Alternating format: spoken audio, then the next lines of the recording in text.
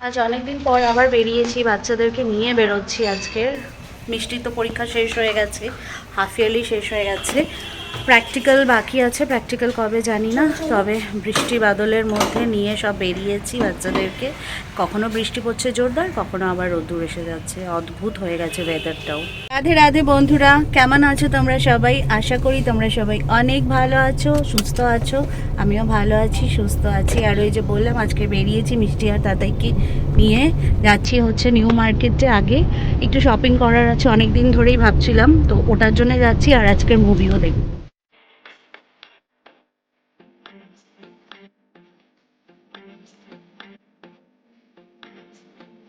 প্রায় এক যুগ পর নিউ মার্কেটে আসলাম। অনেক দিন ধরে আসবো আসবো ভাবছি, আসা আর হচ্ছে না। কিছু না কিছু বাধা পড়েই যাচ্ছিল। তো আজকে ফাইনালি ফ্রি হওয়াতে চলে এসেছি নিউ মার্কেটে। আর এসে তো মানে অবাক হয়ে যাচ্ছি। সামনে পুজো আসতে এখনও দেরি আছে, কিন্তু এত ভিড় হয়ে গেছে মার্কেটে এখন থেকেই, পা দেওয়ার মতন না। সব থেকে প্রথমে জুতো কিনবো বলে শ্রী লেদার্সে ঢুকলাম। ভাবলাম যে পুজোর ভিড়টা তো এখন পাবো না। ও বাবা, আমার ধারণাটাই ভুল। মানে এত ভিড় যা কিনতে এসেছি সেই অবধি পৌঁছোতে তো পারছিই না। আর উপরন্ত মানে চারিদিকটা মানে তিনটে ফ্লোরেই একদম মানুষ গিজগিজ করছে, এত ভিড়।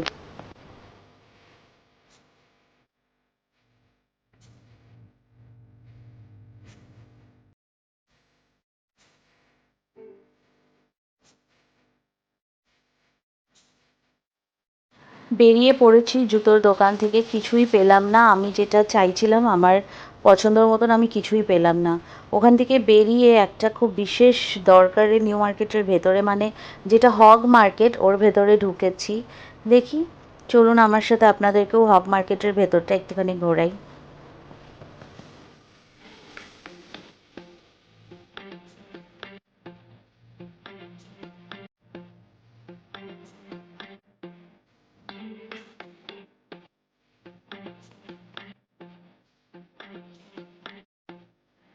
থ্যাংক গড এই মার্কেটটার ভেতরে ভিড় নেই। না হলে যা রাস্তায় ভিড় আর শ্রীলেদারে ভিড় দেখলাম, আমি তো ভাবলাম আজকে মনে হয় ভিড়ের ঠেলাঠেলিতে কিছুই কেনাকাটা তো দূরের কথা, কোনো জিনিস বোধহয় ভালো করে চোখে দেখতেও পারবো না। বাট ফর্চুনেটলি এখানে ভিড় নেই। চলুন কেনাকাটাটা করি, করে এখান থেকে বেরোই। ভেতরটা বেশ গরমের ভেতরটা।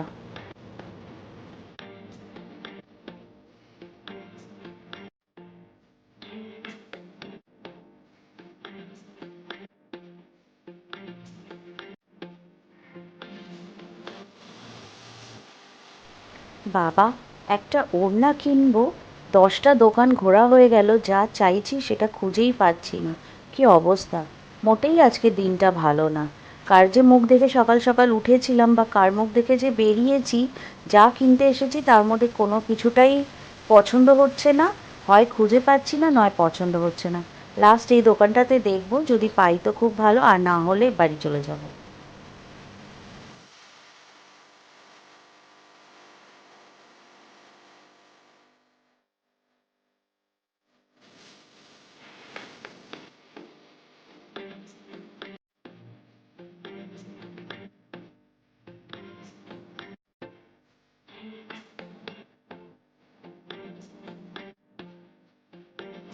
10টা দোকান খুঁজে ফাইনালি একটা জায়গায় পেলাম একটা দোপাট্টা। তাও যেরকমটি চাইছিলাম ঠিক সেরকম তো পেলাম না, কিন্তু কি করব, খুব দরকার একটা দোপাট্টার। তো যেরকম হোক মোটামুটি কাজ চালানোর মতন সুন্দর পেয়েছি, তো নিয়ে নিচ্ছি। নিয়ে চলুন এবার এখান থেকে বেরোই, খুব জোরদার খিদে পেয়ে গেছে।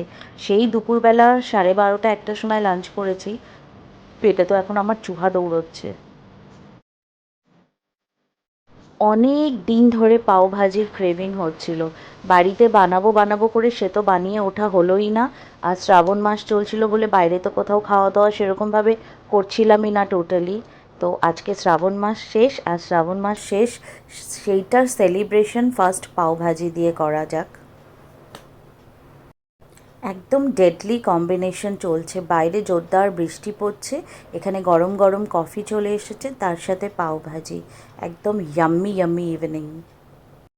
এত গরমের মধ্যে না কি যে ভ্যাচ ভ্যাচ করে সারাদিন ধরে বৃষ্টি হলো, একটু আগেও এত বৃষ্টি হলো, গরমের মধ্যে অবস্থা খারাপ হয়ে যাচ্ছে। আর মার্কেটে এত ভিড়, বাপরে বাপ! দুর্গা পুজো নেই, গণেশ পুজো নেই, কোনো পুজো নেই, কিছু নেই, তাও এত ভিড়। আমরা কত তাড়াতাড়ি পৌঁছে গেছি হলে, এখন অনেক দেরিতে মুভি শুরু হবে। হলে এসেছি সিনেমা দেখতে, মুভি দেখতে। বাপরে বাপ, লাস্ট মুভি হলে মনে হয় গঙ্গুবাই দেখেছিলাম, গঙ্গুবাই। আর তারপরে আর কোনো মুভি দেখিনি, এখন আর ভালো লাগে না মুভি দেখতে। এই যে এরা এত হয়রান করেছে আমাকে, মুভি মুভি মুভি। তো হ্যাঁ, ওই ভাই ওটার খুব সিনেমা দেখার নেশা হয়েছে, ভীষণ মুভি দেখার নেশা হয়েছে। খালি কিছু হলেই বলবে মুভি দেখবো, এটা দেখবো, ওটা দেখবো।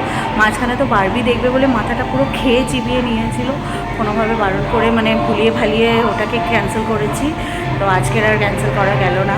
আর পরীক্ষাও শেষ হয়ে গেছে, পরীক্ষা মানে কি হাফ ইয়ারলি শেষ হয়েছে, এখনও মেন সব কিছু বাকি আছে। তো পড়ে পড়ে নাকি এনার মাথা ঝালাফালা হয়ে গেছে, আর তাই জন্যে আমরা আজকের আউটিংয়ের জন্য এসেছি। কী যে আউটিং হচ্ছে গরমে, মানে এত গরমে ইরিটেট লাগছে না, বলে লাভ নেই।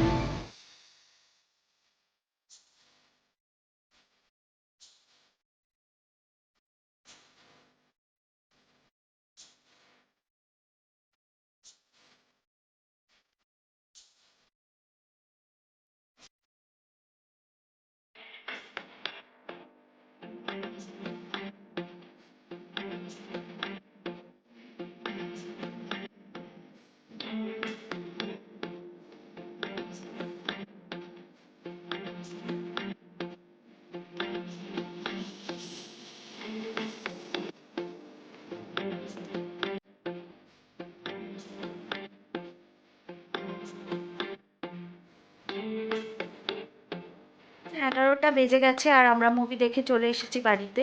মুভিটা বেশ ভালো ছিল, আর একবার দুবার দেখা যেতেই পারে, ভালো ছিল। অক্ষয় কুমারের অ্যাক্টিং তো অবভিয়াসলি খুব ভালো ছিল, আর অক্ষয় কুমারকে শিব আবতারে দেখতে বেশ ভালোই লেগেছে আমার।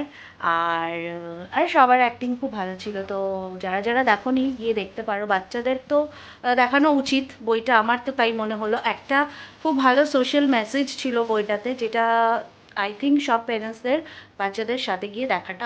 সারাদিন ঘুরে টুরে এসে এখন ঘুমানোর অ্যাক্টিং করছে, ও কিন্তু ঘুমায়নি, এই যে আমার পেছনে অ্যাক্টিং করছে।